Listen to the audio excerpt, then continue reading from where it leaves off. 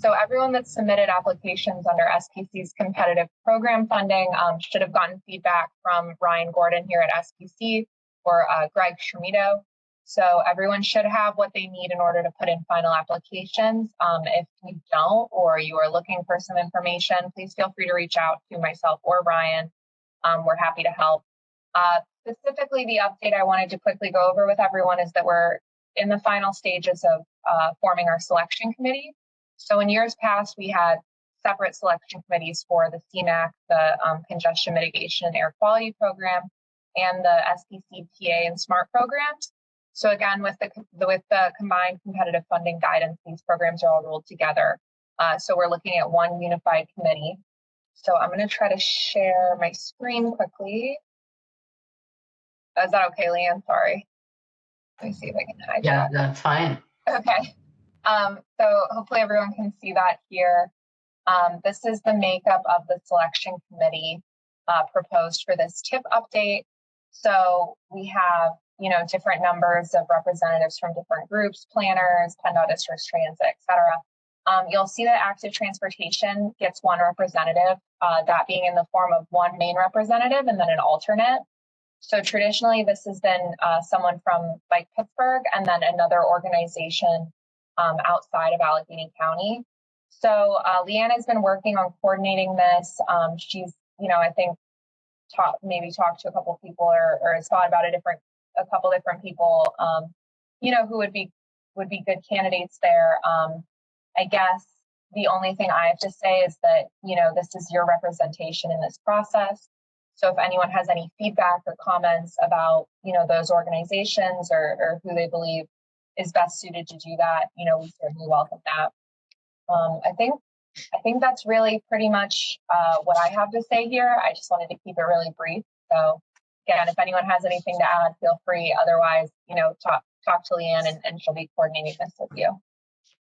All right. Thanks so much for that, Lily. I would also throw out there, if you have an interest in serving on that committee and you're outside of Allegheny County, please send me an email and let me know. As Lily said, I have thought of a couple people that may be interested and I'll reach out to you, but feel free to contact me. All right, so moving along on the agenda, again, at the last forum, we heard from Jeff Engel with Federal Highway Administration on the National Roadway Safety Strategy, the Safe System Approach, and Complete Streets. So that was a very comprehensive overview that Jeff presented. And today we'll hear from Jason Hershock, who's going to present on the Vulnerable Road User Safety Assessment, which is an implementation of this safe system approach. So with that, I'll turn it over to you, Jeff. I'll stop sharing, and if you have something to share, you can do that. I said Jeff, I'm sorry, I mean Jason. Okay, all right. Sorry about that. Let me just bring up my PowerPoint here. Yep. Presentation mode.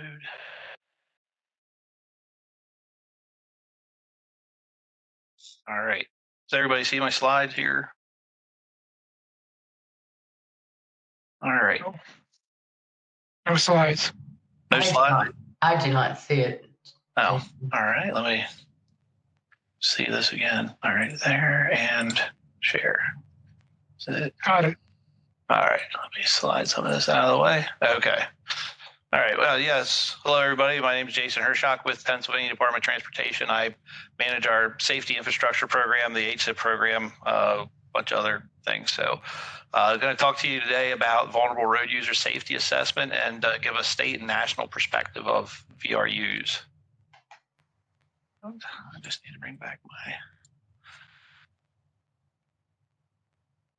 Sorry about that. I just got to bring back the one slide. Here we go. Now, there we go. All right. So today we're going to cover a couple different things, the laws and regulations from the feds, the state crash trends, the national crash trends, and then some new analysis methods that have developed since the Infrastructure Investment Jobs Act.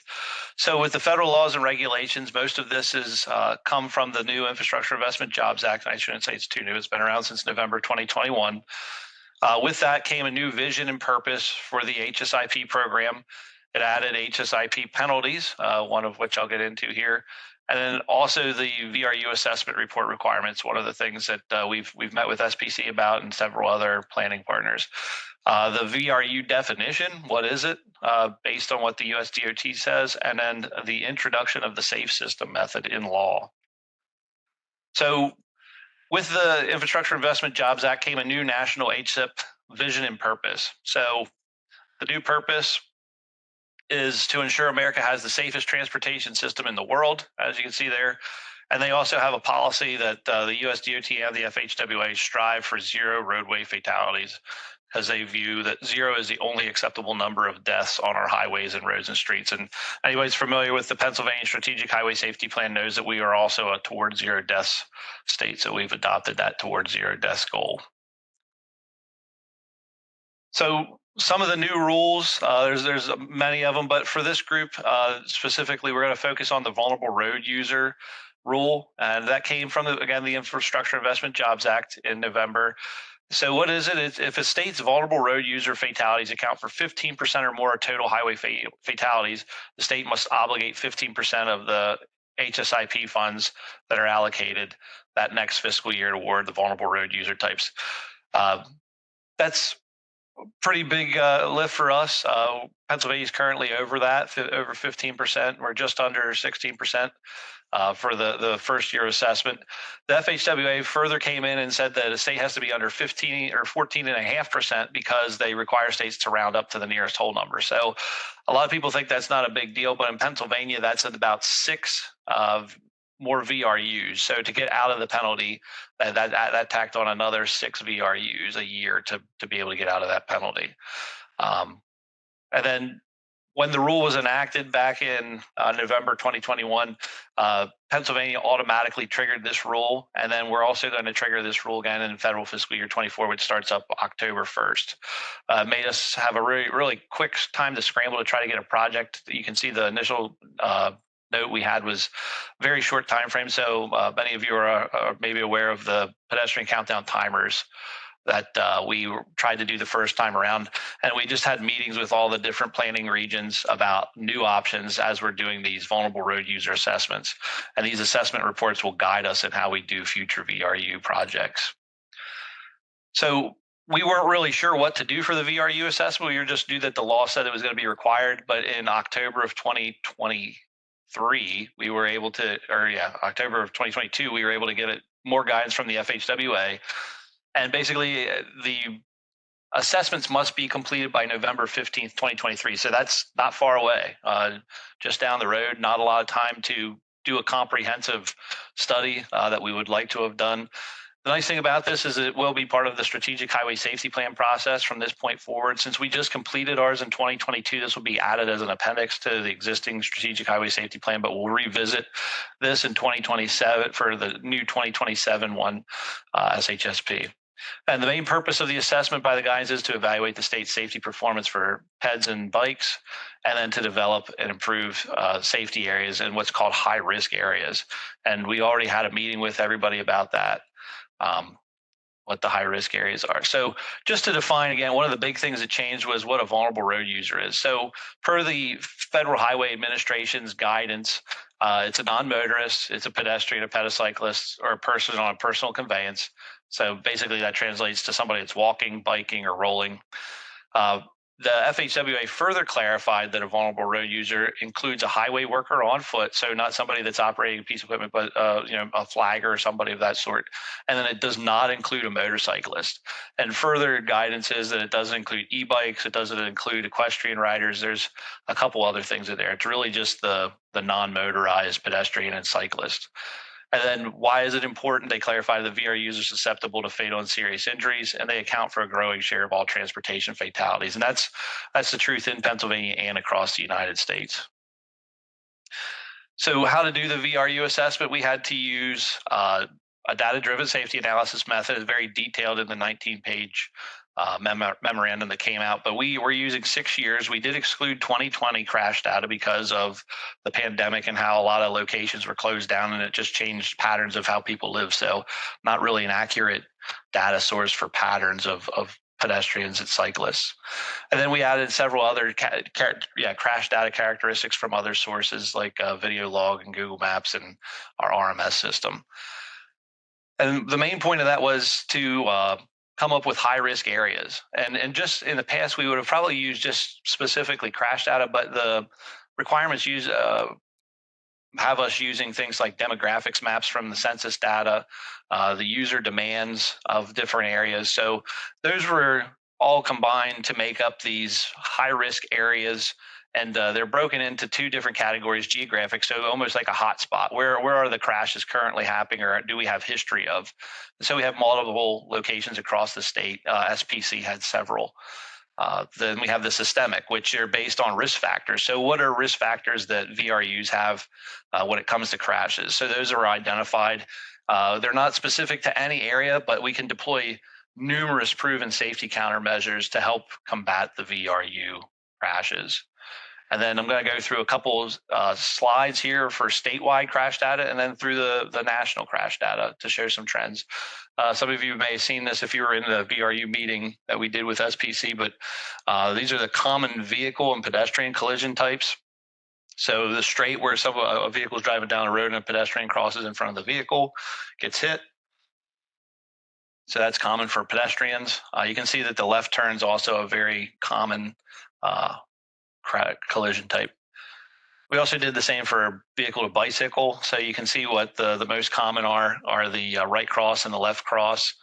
So when a vehicle is coming in, and it's sort of like the pedestrian, the bicyclist is crossing in front of the car, or the left cross.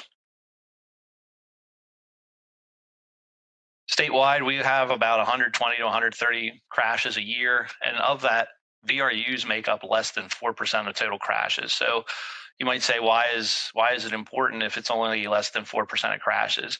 The reason is because 15% of our fatalities, over 15% of our fatalities, come from this category. So while they're only 4% of our total less than 4% of our total crashes, they're over 15% of our total fatalities. And this is a quick breakdown of when crashes occur. So by year, you can see in 2015 up to 2019, we had an increase in VRUs. 2021 data shows we started a decrease. That's not the case in necessarily every location in Pennsylvania, but just a statewide trend. By month, this one surprised me. I thought we would have saw more VRU, fatal and suspected serious injuries, in the summer months when we would have more exposure, the warmer months when more people are out cycling and walking. But it shows it's the fall time, really, when September, October timeframe, when it really starts to spike. And when we look at the national trends, you'll see that nationally that matches Pennsylvania. And then by hour, it's not surprising. Around 3 o'clock, when people start getting done with school, work, and the evening activities start up, the fatal and suspected serious injuries start to increase all the way up to about 9 o'clock when all those activities start to come to an end. When we look at location environment, lighting conditions in Pennsylvania, you'll see a variation from what we have nationally, but 60% of pedestrian and 75%, 3/4, happen during daylight conditions. We still have locations that have dark time, the dark daylight or street light conditions. Road conditions are mostly dry conditions there for cyclists and pedestrians. And most of these crashes occur at an intersection. Pedestrians over 50%, cyclists 2/3 of them.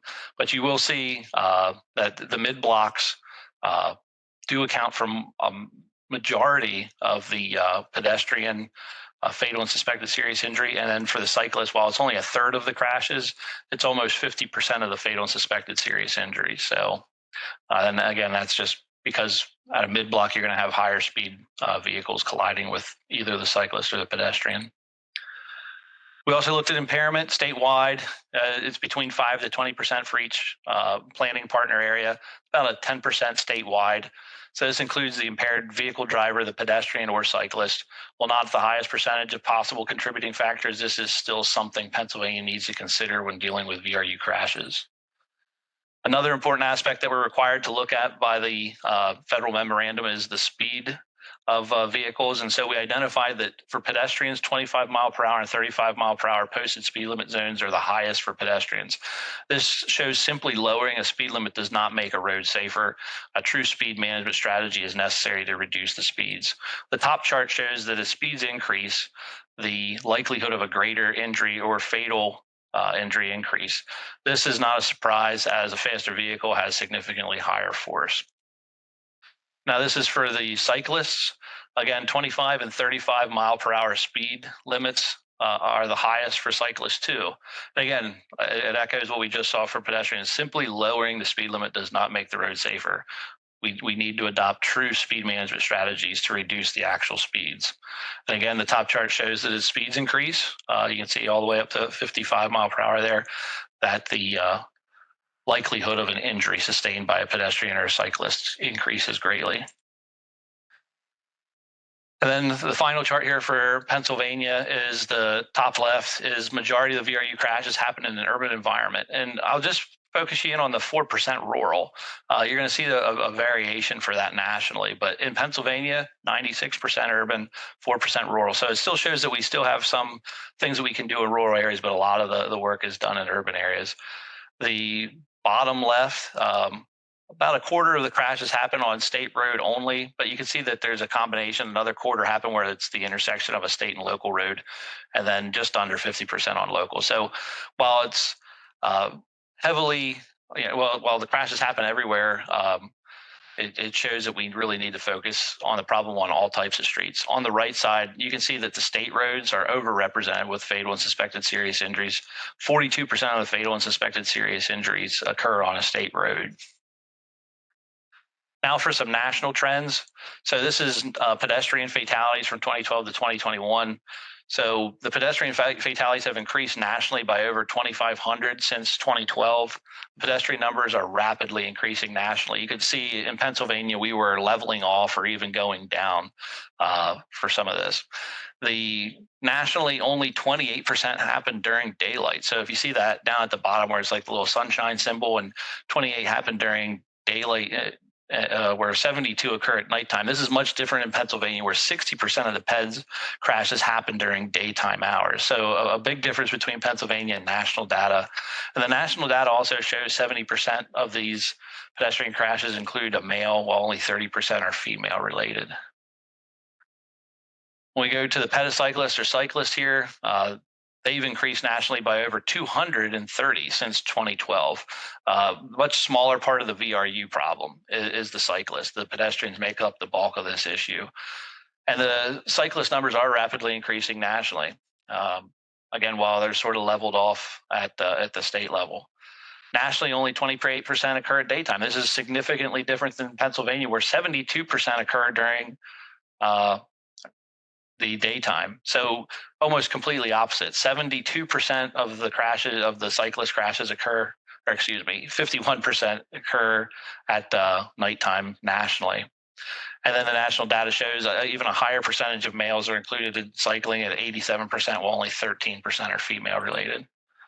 And then this shows the pedestrian age groups that are most susceptible. So you can see from this, 50 to 69-year-old age groups make up the largest percentage of pedestrian fatalities nationally. The 15 to 29-year-old age groups make up the least percentage for pedestrian fatalities nationally. Some possible reasons, probably, the older the bodies compared to a younger, healthier body, possible slower reaction times, impaired judgment, and there's probably a lot of others that we may be able to find with a deeper dig in the data. And then you'll notice that the percentages do add up to over 100 because there's some overlaps in the crash groups. Looking at the cyclists, the 10 to 14-year-old group make up the largest percentage of cyclists nationally. There are several you'll see up here for 1%, but I believe the 80-plus-year-old group makes up the least in the national trends. Land use, we had looked at this statewide. So here you can see 20% rural, much greater. That's 5 times what it is in Pennsylvania, which is surprising since Pennsylvania has a pretty large rural area across the state, especially in our northern and central areas.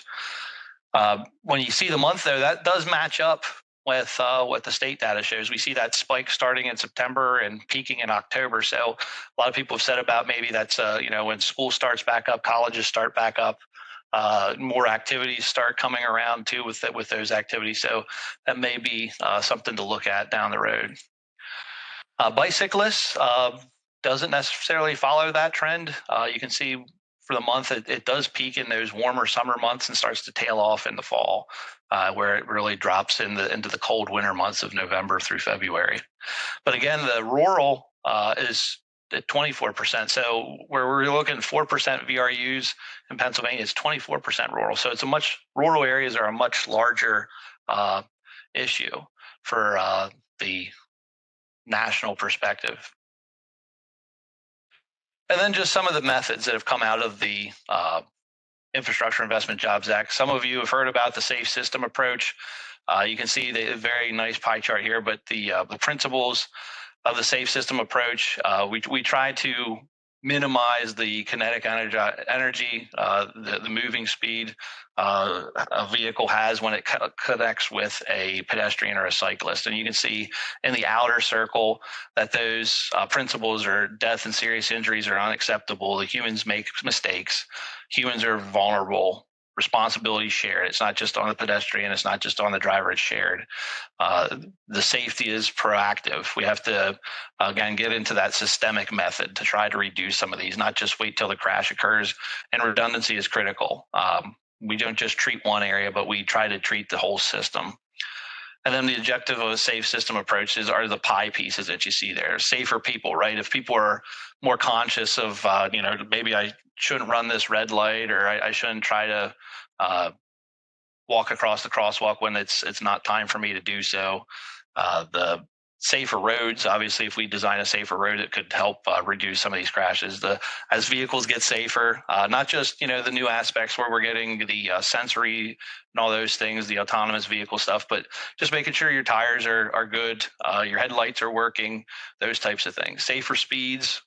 Obviously, if we can get people that drive slower, not just by posting speed limits, but by actually making the roads harder to navigate at higher speeds, so we can actually bring those speeds down. And then the post-crash care, right? The sooner somebody can get there to start administering aid to the person, the more likely the injury will be reduced, or we could possibly even skip the fatality in that situation.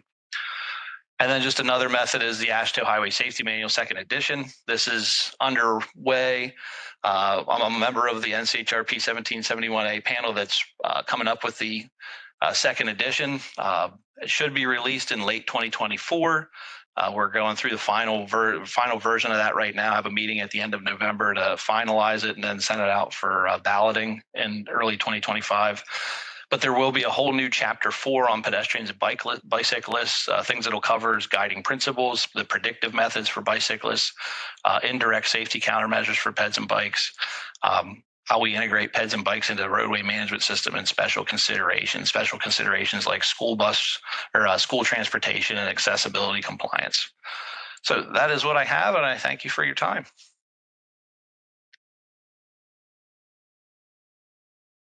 All right, thanks so much for that presentation, Jason. We did have a couple questions in the chat, if you have time for that. I'll just go through and read them. One, at the beginning, you had mentioned that e-bikes and the micromobility and equestrian users were excluded, and there were some questions on why that was. That is all based on the FHWA's definition. That's not based on anything from PennDOT. It makes it difficult because I think we now have 3 different definitions to deal with. We have the NHTSA definition.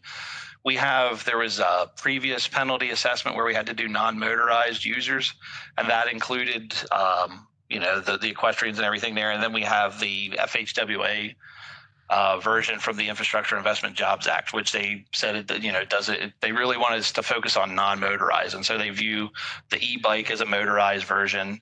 However, if you're deal with the behavioral side, the VRUs are the same as they were before the Infrastructure Investment Jobs Act. So we wish there would be a little bit more US DOT cohesiveness in what the definition is, but right now there's different agencies within the US DOT that have different rules, and the VRU rule from the FHWA is the one that has the big penalties when it comes to HSIP, and is the one that we have to follow for the VRU assessment report.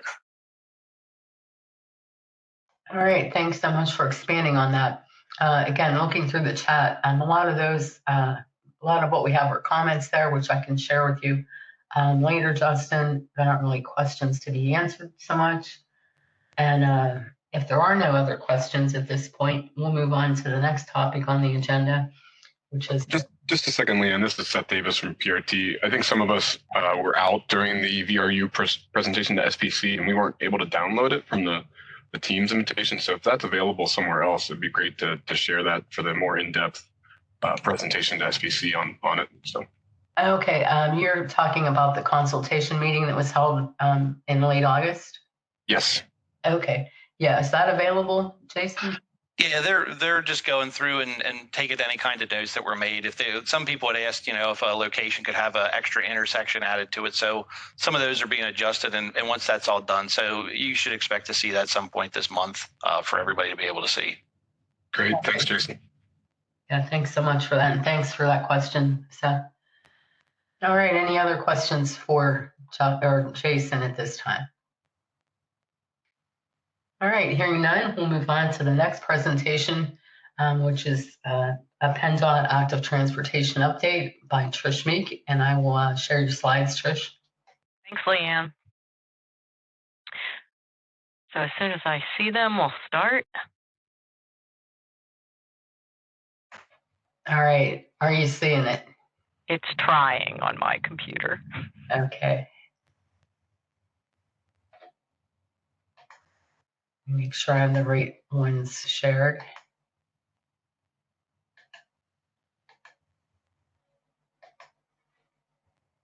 Okay. I just see a churning little round emblem. I don't know if anybody else can see it yet. Everybody, I see it. Can see it. I can see it. So it must be my computer. It just looks like the little dial. So I can start, and then based on what I'm saying, maybe you can proceed the slides for everyone else, Leanne, if that works. That works, yeah. If you present your view. So sorry about that. So I'm Trish Meek, and I am the statewide bicycle and pedestrian coordinator. I think this is the second time that I got to attend the forum, and I'm happy to be here today just to provide you a brief overview of some of the things that are ongoing right now and provide you the opportunity to ask questions. And please, my email address is on the last slide, so you can reach out at any time too if you have things that you want additional information about. So one of the projects that I wanted to talk about, or at least provide you some insight to, is that Pennsylvania actually has a pedicycle and pedestrian advisory committee, and this was actually established by law in 1995 by Act 72 by the legislature. So this committee is there to provide input and advise the state on bicycle and pedestrian issues. And it's not just limited to PennDOT. We do host that particular committee and provide staff support, but we also have involvement by other state agencies as well. From an overall perspective, we did perform an assessment and direction setting activity we completed it earlier this year to help us just define where we need to go and how we need to get there. And there was actually a meeting outcomes report as well that was published that provided us additional information. One of the major outcomes of that assessment is that the committee, we used some survey tools. We had an in-person meeting. We had members tell us what they would like to work on or where we should focus on. And the strategic initiatives that were outlined were legislation and policy, performance measures and asset management, and PennDOT Design Manual Part 2, so DM2 for those of you that are familiar with it, and other statewide plans, and then safe systems approach. So the idea is that when we're moving forward with agendas, we'll look at categorizing those presentations under those particular objectives and strategic initiatives so that we can try to move forward and define what PPAC is working on. And I'll also say that our next meeting is actually coming up next Tuesday. If you're interested, if you're not on the invite list, if you're not receiving those invitations now, you can send me an email and I'll forward the invitation for that meeting as well as our December meeting and add you to our overall public invite list for those. The meetings are open to the public and they're held in a hybrid format. So there is an in-person meeting in Harrisburg, or you can just log in via Teams if you want to do that as well. So if you want to go to the next slide, Leanne. Most of you probably know that Pennsylvania has an adopted active transportation plan, and this was there was some pretty extensive outreach that was done as part of this. The plan was adopted in late 2019. If you want to see a copy of it, it's pretty easy to just Google it via go through Google, or you can go to the PennDOT website and you'll be able to find it there. If you want to go to the next slide, Leanne. The plan itself actually has 6 themes.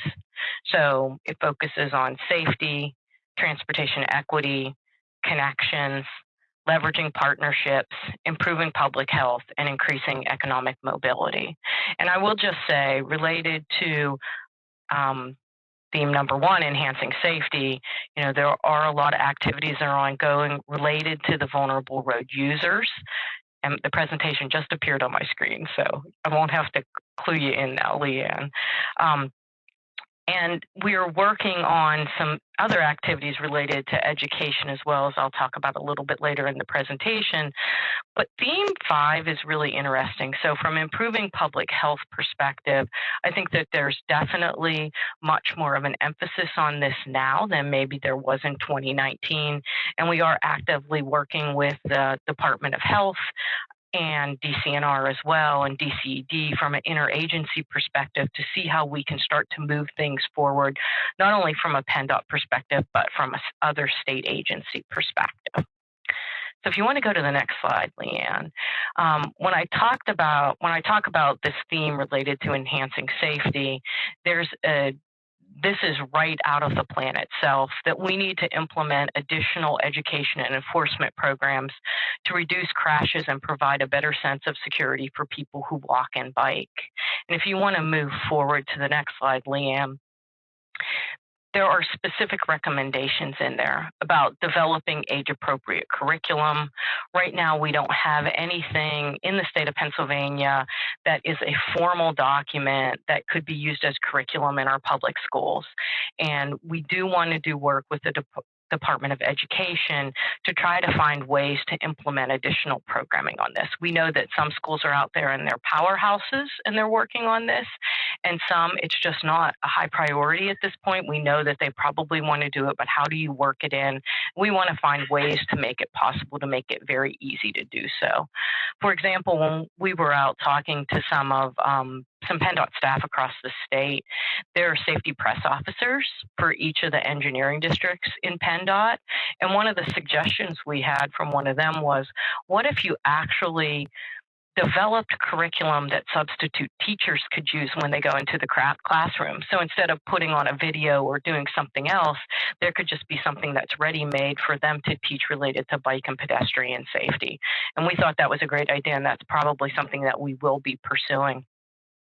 Another recommendation is that we establish a branded public education program. So there are some videos out there now, if you know how to find them, on the PennDOT website that talks about this. I think we really need to expand that. We need to look at all audiences when we're doing that, not so that they're directed to a particular age group, that we're covering across the board what someone might need as part of that. And then we also need to develop additional educational materials for general public consumption. So there are things in this Design Manual 2, which I had mentioned under the PPAC realm. There's techniques out there that maybe the general public isn't aware of. And I'm guessing if you're part of this active transportation forum and you attend these meetings regularly, you're very in tune with what bike signal faces are and what green paint means and what bike boxes are. But I think we need to remember that maybe the majority of the population are unaware of what those are. And when they come upon them, they might be somewhat confused, or they don't understand what they represent in the physical condition. condition, and we need to put more information out there. I know that even sharrows in some locations, people might not understand what sharrows mean when that paint goes down on that pavement. And we need to do a better job of getting information out there to the general public so that they understand this, that what is being put in place. We also need to help support local efforts to increase pedestrian and bicycle safety enforcement and education. So we need to be, from a PennDOT perspective, providing the materials, the information, what you need in order if you're trying to advance this in your organization as well. And I'll welcome input after the meeting if you have ideas about things that we can do. Next slide, Leanne. I wanted to provide just a basic overview of what we already have. So if you haven't seen these things, they are out there. We have something called the Pennsylvania Bicycle Drivers Manual, which is Pub 380. It can be ordered online via our PA Publisher site. And it talks about the legislation that's out there. What are the laws in the state of Pennsylvania, and how are they interpreted in plain language? And there's also information out there about road riding as well. And then we have something called palm cards. So they're just small index-sized cards with tips for pedestrians and bicyclists. Those are also available through our PA Publisher site, so we can get you copies of those. If education is something that you're working on, you can just order them. The order will come to me, and we'll approve that within a reasonable number of them, and we can provide those to you. And I'll just also say, if you want a large quantity of them, we can also provide a release form so that you can have them printed as well, if you wanted to do those for your functions or educational opportunities. Now, I'll just say we have a 4-foot pass sticker. The next slide will show you the new and improved sticker. The one that's shown on this slide is the one that's been in place for a number of years. You can contact me about these as well, and we can provide you copies to distribute at events or as part of educational forums. And you probably know that we also have a Share the Road license plate. And then there are social media posts that are out there. So particularly in the month of May, I believe our digital communications office will work with them to put information out there in May, and then also during back to school. So I think we're going to focus a lot very heavily in the future on Bike to School Day, as well as Walk to School Day, and then of course the National Bike Month as well. I want to say that we do have English and Spanish versions of Pubs 380, 692, and 734. So if you want the Spanish version, you can order that. And as part of what we're doing, I think we're going to look at other languages as well to make sure that we're providing communities what they need. And I know that we can use, in my former work life, I worked for an MPO, and I know that through our public participation plans and working with the MPO and RPO staff, we can identify what those primary languages are in the communities, and we can try to provide additional publications in other languages as part of our efforts. Next slide, Liam. So here's the 4-foot pass sticker. We received a number of comments on the old version of the sticker, one of which was it needs to really show that this is Pennsylvania law, not just there's a 4-foot pass law, but in PA, you as a motorist must allow that 4 feet of distance. So we had these printed within the last several months. I have quite a few of them. So again, if after the meeting you want to send me an email, if you want to request some that you can use as part of your outreach or education efforts, we can do that. I can provide those to you. Next slide, Leanne. So some other things that are happening. I talked about, as far as PPAC, what we're doing is we want to take forward to them drafts of our design manuals or other statewide plans that are being put together that focus on bikes and pedestrians. And for those of you that are using materials that are already out there, the design manual part 2, which is contextual roadway design, it's called Publication 13 from a PennDOT perspective.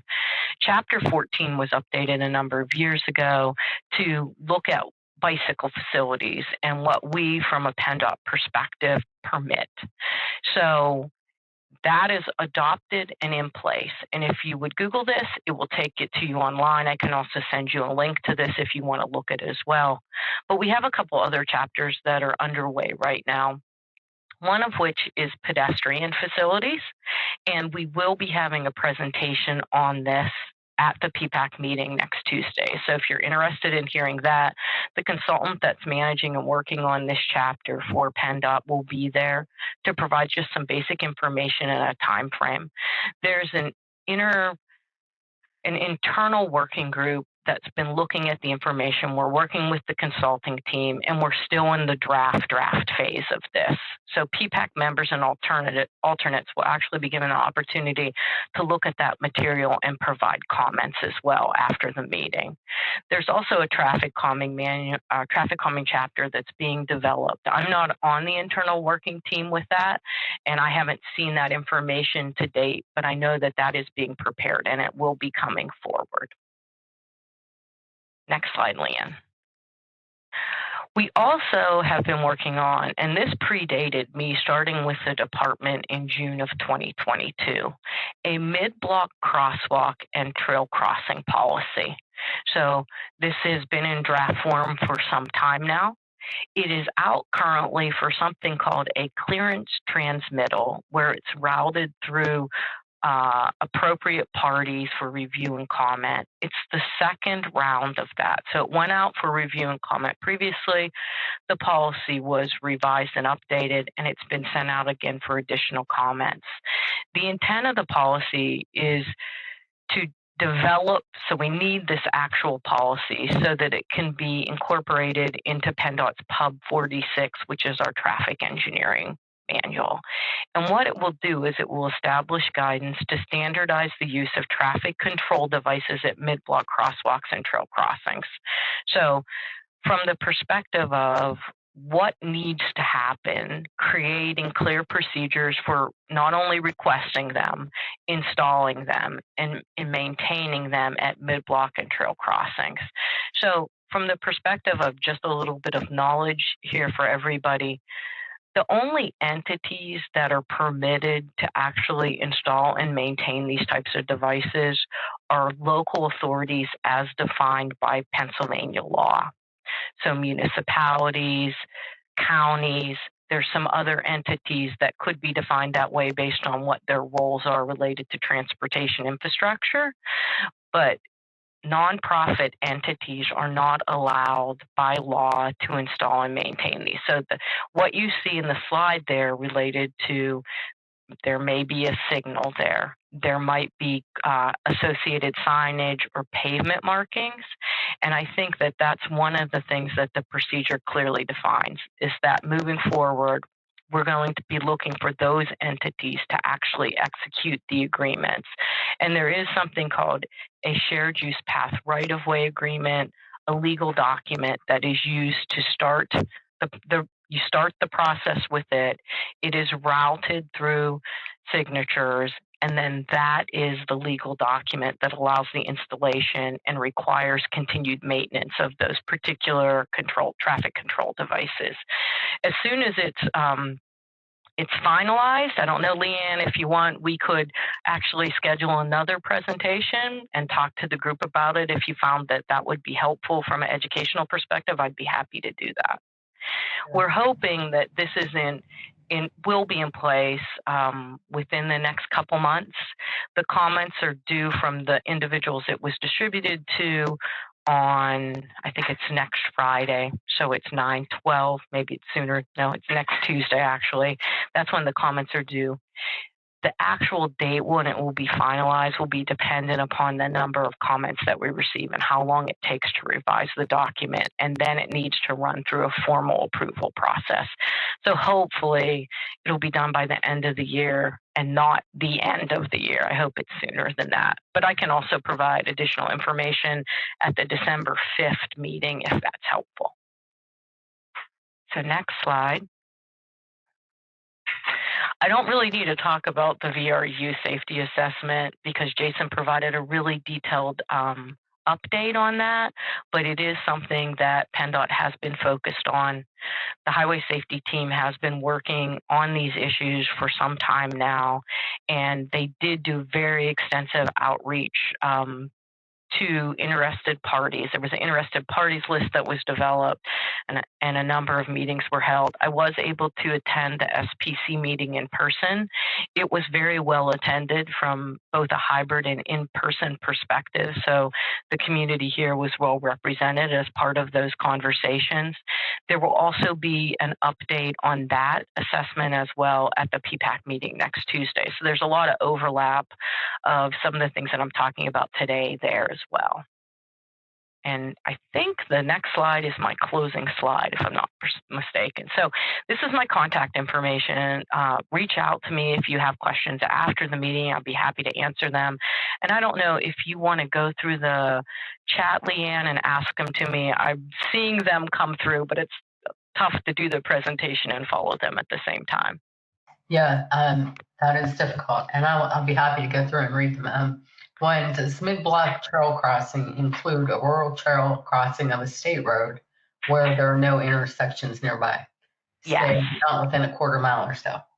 Yeah, so if it is crossing, it doesn't matter the context, rural or urban, if it's crossing mid-block, so there is not a formal intersection there, this policy would cover that.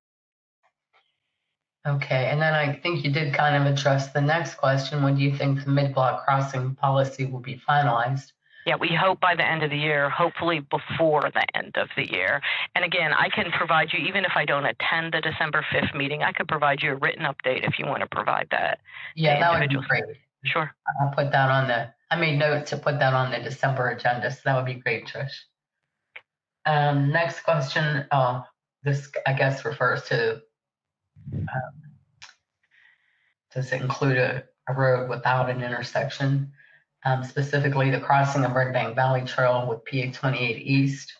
Yeah, I'm not familiar with the location, so I'll be really honest. Without seeing it and hearing details, it would be hard to answer. So if Mary, you want to reach out to me after the meeting, we can talk about it.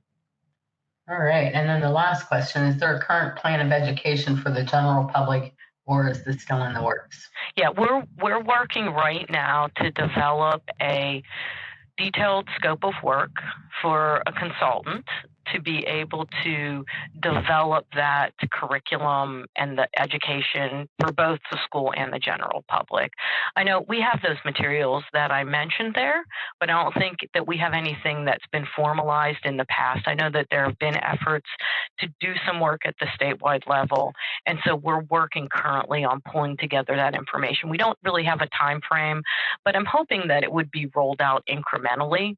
So as we develop materials, we can do a push and get that information out there. But again, if anybody has suggestions about things you've seen in other states or other areas, or maybe areas of the Commonwealth where there's something that's particularly effective, I can't make any promises, but I would love to hear about it and see if we can work it into what we do from a statewide level to get the information out there. Education is very broad. We need to look at many different avenues to get it out there. We can't just use social media. We can't just use videos. We can't just use in person. We can't just rely on our education system that's in place to do that. We want to create materials that everyone can use so that we can try to reach as many individuals as possible, because it's not only about educating bicyclists and pedestrians. We know it's about educating drivers as well. So be assured that we'll be looking at that avenue as well, what we can do to get that information out there to help people that are driving understand that bikes and pedestrians by law have rights as well, and help them understand why people are operating in a certain way when they're doing it. All right, great. Those are the only questions I see in the chat. Are there any other questions for Trish at this time? Well, I see a couple more. I turned the chat on. So what is the first step in the process of creating a mid-block process? I'm guessing you're asking a mid-block crossing. So what you would do is you would reach out to your PennDOT engineering district if it involves a state road, and you would start the process with them. So you're going to have to submit a plan for approval before the agreement goes in, and you can discuss what types of countermeasures would be needed and what type of safety assessment would need to be done to determine if it's appropriate to have that crossing there. And then I see one, is there a plan to educate law enforcement and commercial drivers? I would say at this point, everything is on the table. There are some states that have very effective programs related to trainings, I know, for drivers, and it's something we can look at, and I'll make a note right now about that. Yeah, I see, and then I see that John corrected for a mid-block crossing. So reach out to your PennDOT engineering district. There's a bicycle pedestrian coordinator in each of those. If you need that information, you can find it on the PennDOT website and just start the conversation with them. So if there's no other questions, again, reach out to me individually and I'll be happy to provide additional information. Oh, and I see Jason still on. Thank you, Jason. He did put that Pennsylvania does have a LEL program for police. Okay, great. Thank you so much for that presentation, Trish. As always, it's very informative and we appreciate you participating in the forums when you can. Sure. Have a great day. All right, you too. And I'm going to stop sharing your contact screen and we'll move on to the next presentation. Our last presentation today involves ADA considerations and active transportation being presented by Patty Kearns with DOMI. And Patty, if you can share, that would be great. If not, I can open that email and try to access your presentation. I should be able to share this. Okay. A second.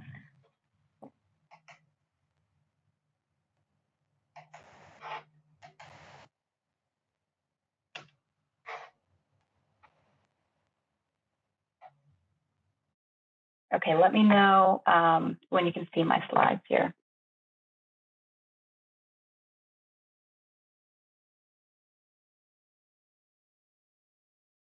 Can you see them?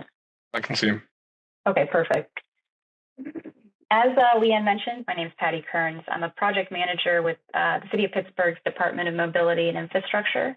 And with the department, I work in our traffic group. I'm in charge of the design, maintenance, and construction of about 615 signalized intersections in the city.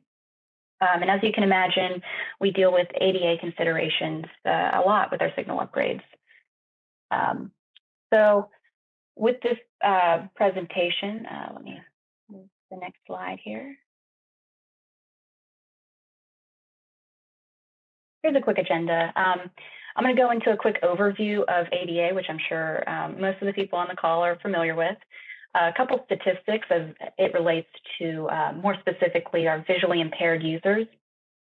We're going to get into some common visual impairments in the United States and some design considerations, and then our ADA facility upgrades throughout the city, what we're seeing at a lot of these intersections. And you know, dealing in the urban environment, I would be remiss if I didn't talk about some of the obstacles involved with those projects. So we'll touch on that last and then open it up to any questions that you folks may have. Okay, so a quick overview of the Americans with Disabilities Act. This prohibited the discrimination against people with disabilities in several areas, including transportation, which is what we're going to be talking about today, basically providing access for these folks that are using our sidewalks and intersections.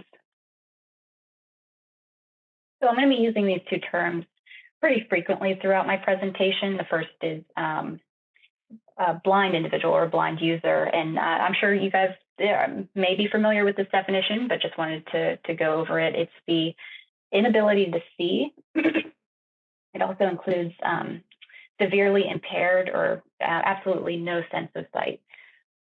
When we talk about a visual impairment, it's kind of a broader range. It can range from anything from poor vision to blindness. And these are people whose vision cannot be corrected by glasses, contact lenses, medication, or surgery.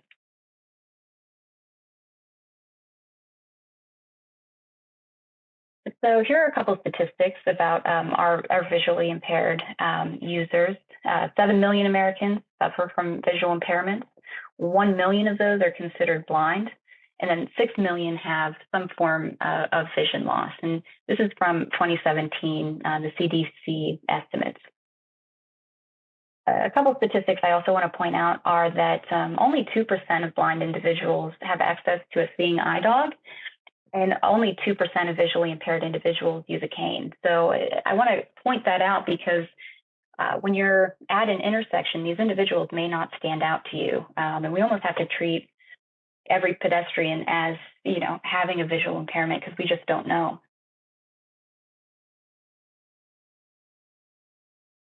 So here's a list of common visual impairments in the United States. You may be familiar with some of these, maybe friends and family might have some of these. The conditions bolded along this list, we're going to take a closer look at and kind of see how that could impact your vision at an intersection. And I know we're virtual, so I've kind of crafted some images to help us out there.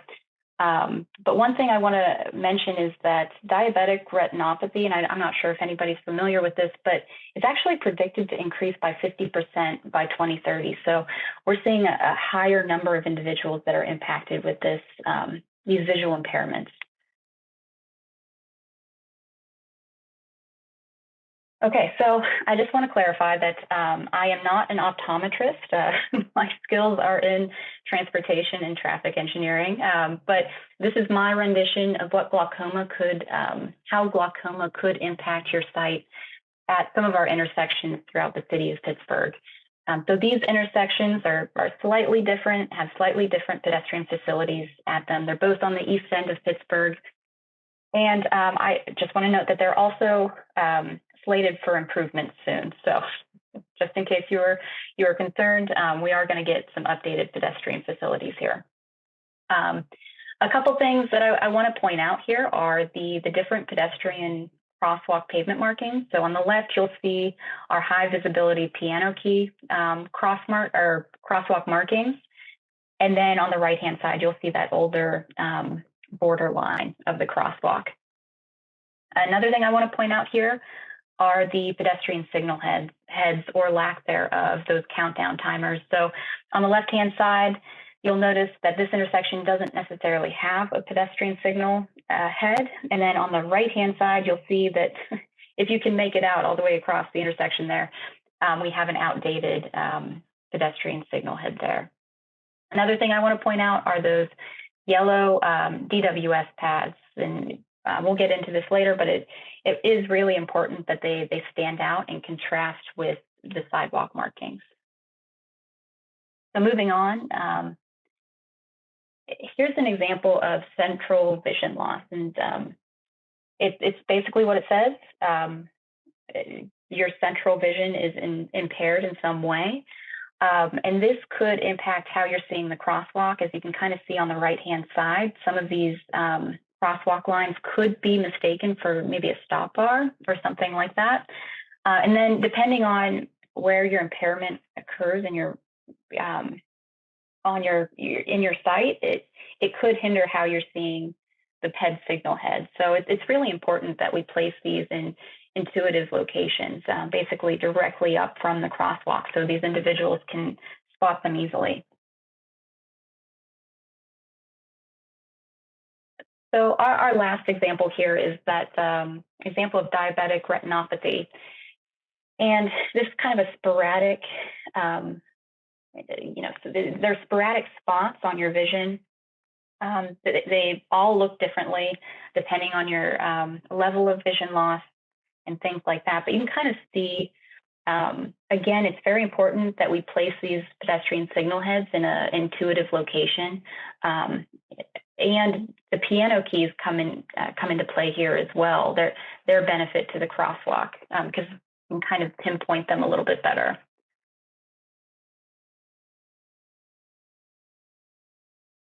So let's get into some design considerations when we're taking a look at upgrading our intersections with these ADA facilities.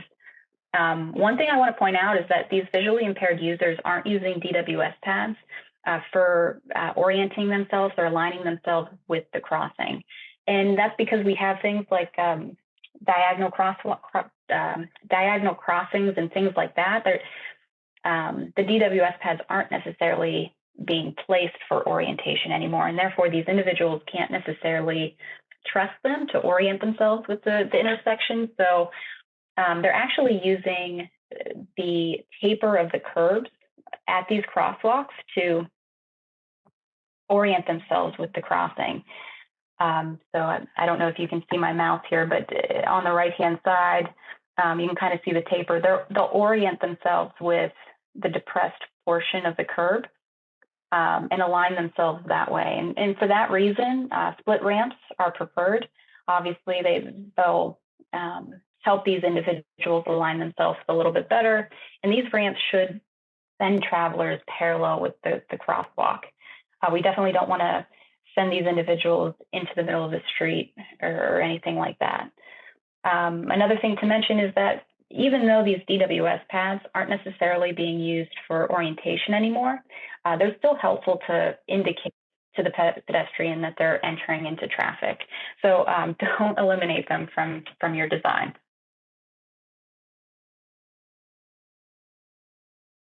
So another thing to consider are environmental indicators, or what these individuals use to orient themselves with the intersection, and road noise helps a lot.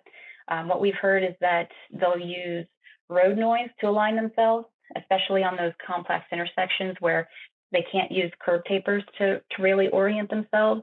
They'll also use it as an indication on when they can start crossing or when they need to be on the other side of the crosswalk.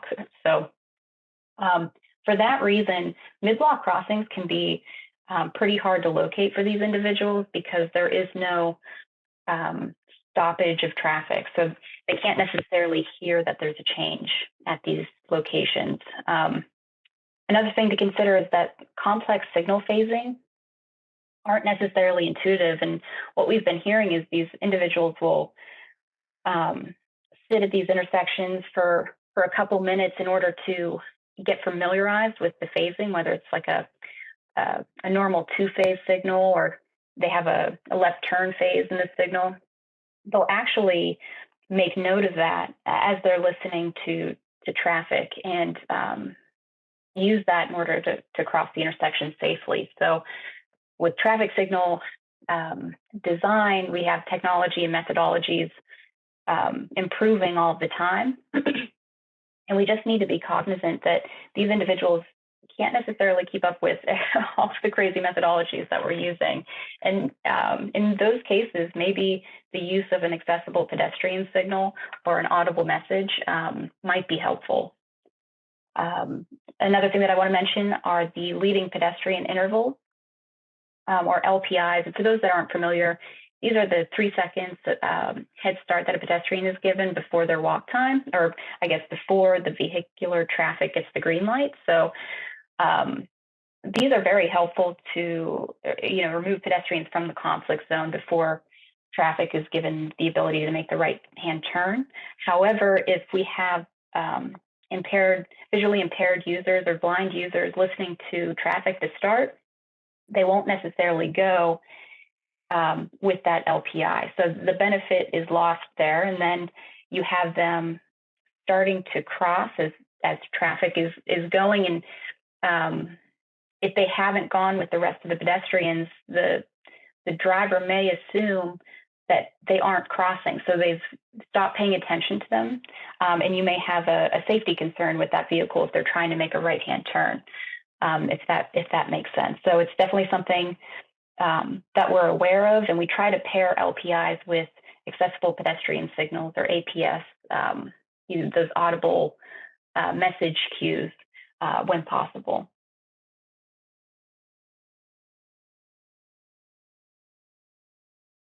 So let's talk about ADA facility upgrades at our signalized intersections.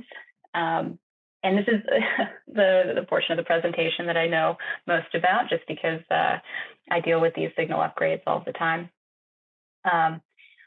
When it comes to our pedestrian push buttons, we prefer APS. It's a city standard. They come with audible messages, vibrating raised arrows, pointing in the direction of your crossing. And then we prefer that these push buttons are placed at a maximum of 10 feet from the ramp. When it comes to the pedestrian signal heads, they should be in line with the crosswalk, as I kind of mentioned before on those glaucoma and central vision loss slides.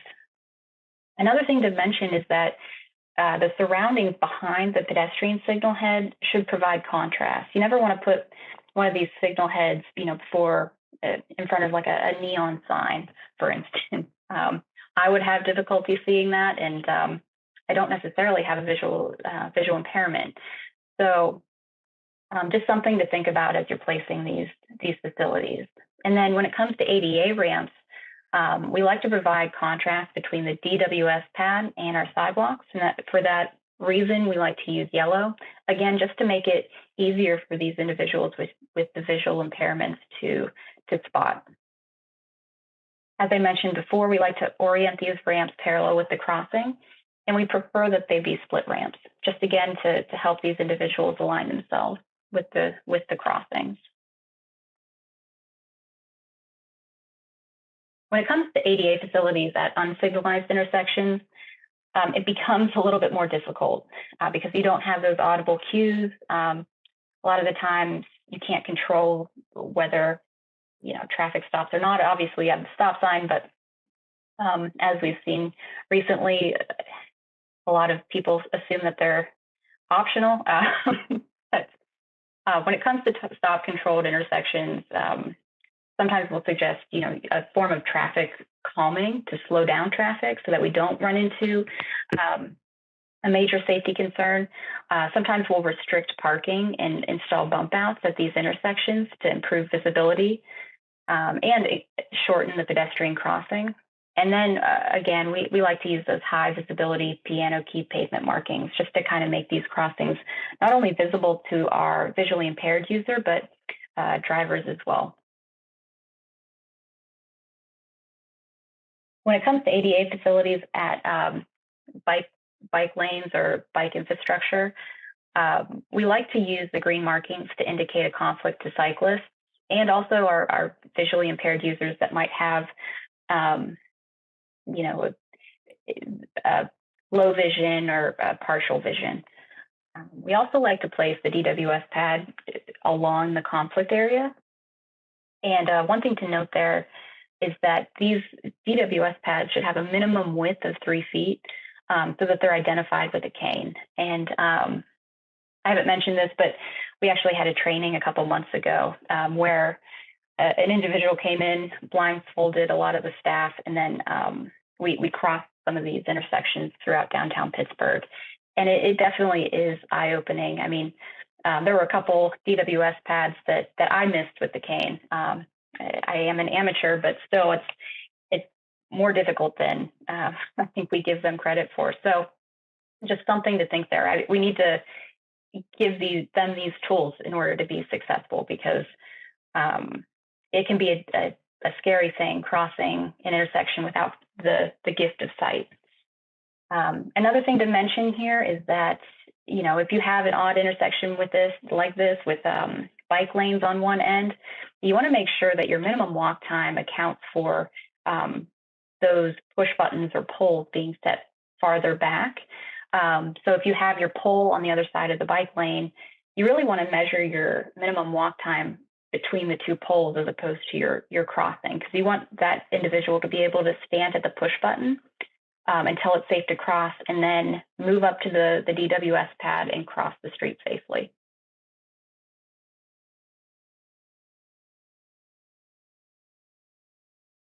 So with any presentation where we're talking about the urban environment, I like to mention our common obstacles, and I'm sure everyone's familiar with these.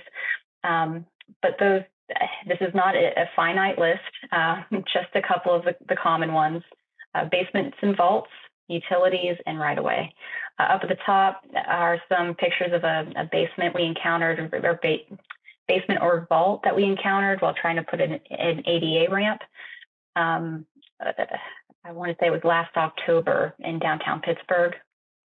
And then below are some of our utility impacts that kind of are blocking us from putting, ramps at the right slopes that we want, or the push button in the location that we want. And it's always good to have your list of ideals, but it's also important to know why they made it on the list, or how that visually impaired user is going to use those facilities, so that when you run into these obstacles, you know how to, you know what, I guess you can change and what you can't in order to make that intersection stay safe. So for instance, you know, we have a couple images down at the bottom here of utilities. If that impacts your pole location, you have to move it back, you know, instead of 10 feet, maybe you can only get 12 feet to work, or God forbid, 15. Do you increase the minimum walk time for that pedestrian in order to make it easier for them to cross the street, knowing that they're going to stand at the push button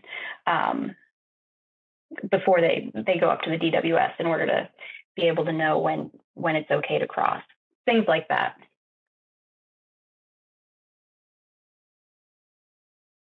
So as I mentioned before, our group went through some training on this a couple months back, and actually Bonnie Dawson-Burke has done this training with us multiple times, and she's a great resource.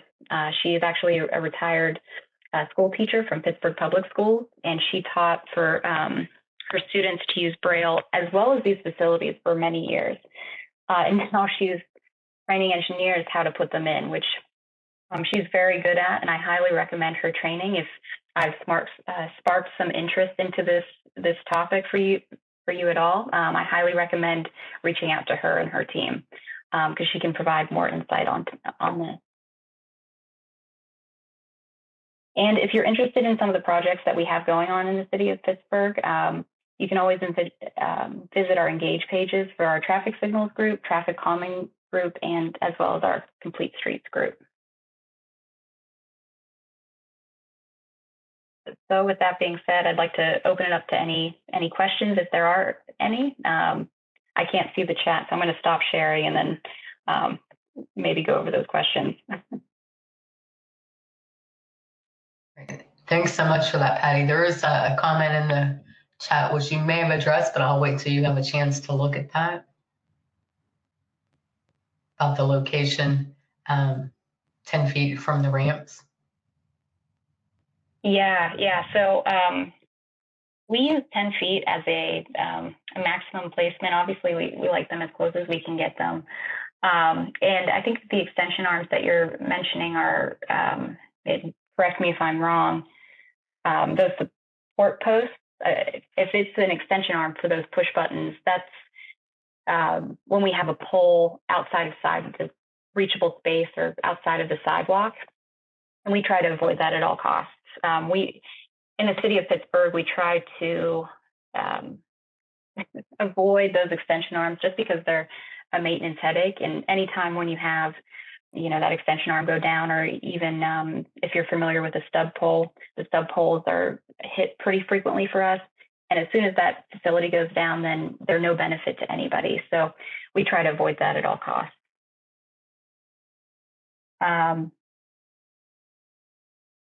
Okay, I see a question. Can the guidance include site-specific considerations of how the infrastructure might degrade other aspects of the crossing? Yeah, it's a balancing act for sure. Things that you're putting in for the visually impaired might not necessarily help your wheelchair-bound pedestrian, and vice versa. Actually, through the training, we spoke with an individual that had a visual impairment. She was actually blind since a young age, and she wanted to let us know, like, I don't need these slopes. I can step over a curb. I know where the curbs are, but like those design considerations aren't necessarily for that user. They're for the wheelchair bound. It's definitely a balancing act. We have a question. It is my understanding that piano key crosswalk markings should be combined with the edge line markings, as some people with vision impairments need to follow the continuous edge. That's a good comment. It's not necessarily something that we're doing in the city of Pittsburgh yet, but these upgrades need to be continuously looked at because the guidance is continually changing. I know that they're looking at new devices to help with alignments at the crosswalks that haven't been approved through through our state or local agencies. And it needs to be continuously, our answers to these questions need to be continuously upgraded. Oh, okay, I'm not talking about extension arms. I'm talking about thick posts, for example, for traffic lights planted blocking the sidewalk. Yes, okay. For that instance, it's all about pole placement. The city of Pittsburgh has a requirement that a city representative need to spot the pole during design as well as construction, just to make sure that those poles aren't going in the middle of the sidewalks. Unfortunately, you know, talking about those obstacles at the end of the project, sometimes you'll have it encroach on that walking, in that walking space, but we always provide 4 foot of clear space around those poles. Unfortunately, we do have larger mast arm widths, and there's no way to get around them. That's I believe, a state guideline and that we follow. So, but agreed, they should not be placed in the middle of the sidewalk. Funny enough, actually,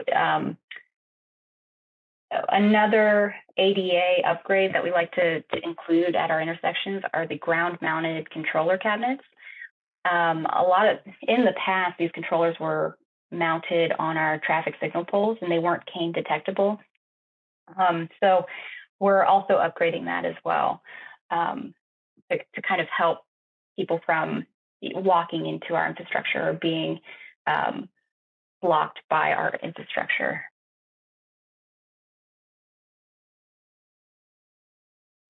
Okay, we have a question from Craig. Curious about why some of the PED countdowns I see end like 10, 15 seconds before the concurrent parallel traffic turns red.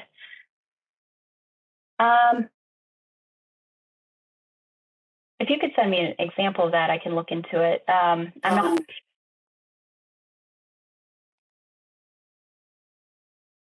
I have a few of them if you can hear me. Yeah, I can hear you now. Okay, so there's the one, a couple in Shady, notably at Northumberland, I think it is, just south of the Children's Institute.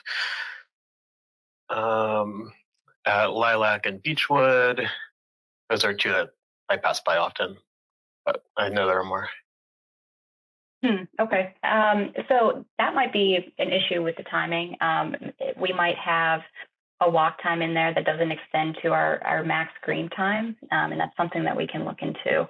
Again, at the city of Pittsburgh, we're dealing with outdated infrastructure at times, and it continuously needs to be maintained. So that might be a maintenance issue that we can look into. Thanks. I'll put in 311. Okay, good deal. And then we have one more question. How do electric vehicles impact people with vision impairments? That's a great question.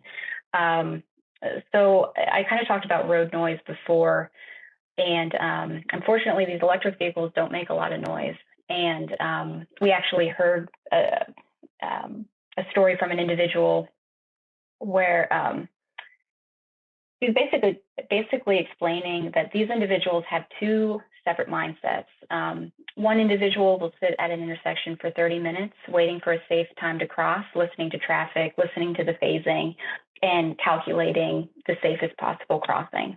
But then you have other individuals that don't want to waste their time at the intersection and have this mindset of, well, they'll hit me if they hit me type of thing, which is terrifying. And this woman actually her foot was run over by an electric vehicle because she didn't hear them. And the individual was very upset, got out of the car and said, "Oh my gosh, I'm so sorry, I didn't see you." And the woman said, "Well, it's okay, I didn't hear you," because of the electric vehicle. And the same thing with bikes. Bikes are hard to hear as well. And I think that's why it's so important to slow down some of this traffic at these intersections, and then increase visibility as well. Try to give these folks as many tools to be successful when crossing our streets as possible. I think that's the most important thing.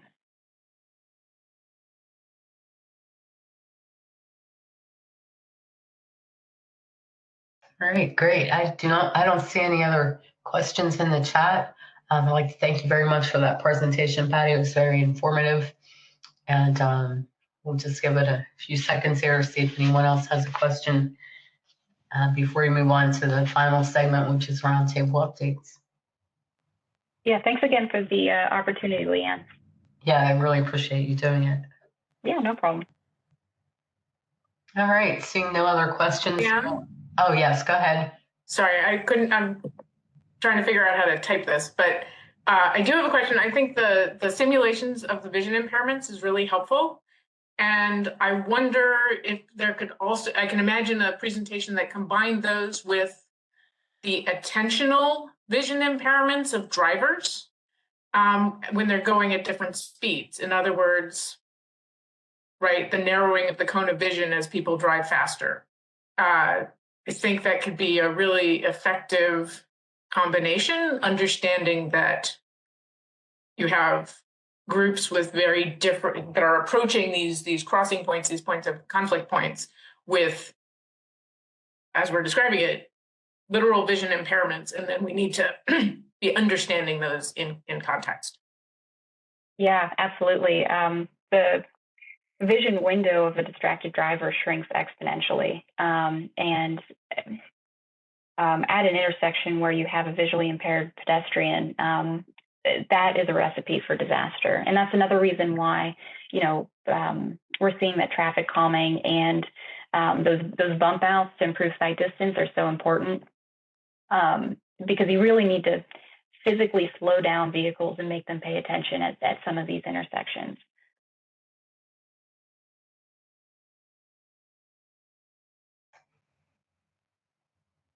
All right, thanks for bringing that up, Samantha. All right, hearing no other comments or questions, we'll move into the roundtable update segment. If anyone has anything they'd like to share for the good of the order, please feel free to do so. Again, we'll give a few seconds for that.